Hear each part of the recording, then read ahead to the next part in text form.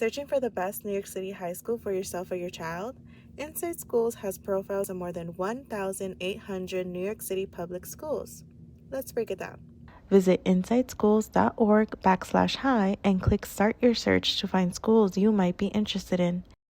You can also type in an individual school's name. Each page starts with a description of the school written by an InsideSchools expert. This gives you a sense of its vibes and character. Next, the data section shows how the school compares to others in the city. These stats come directly from the New York City Department of Education and use the latest numbers available. You can see how many students are graduating in 4 years, how well the school is serving students with disabilities, and much more. Each stat is ranked either by a green, yellow, or red apple, which means it's either better, close to, or worse than the New York City average in that category. Next, there's how many students are in this school, their race and ethnicity, and what percentage is low income. Students also report how safe they feel and if they've experienced bullying. Then you can see how much experience the teachers have and how many students are taking advanced classes like calculus and physics.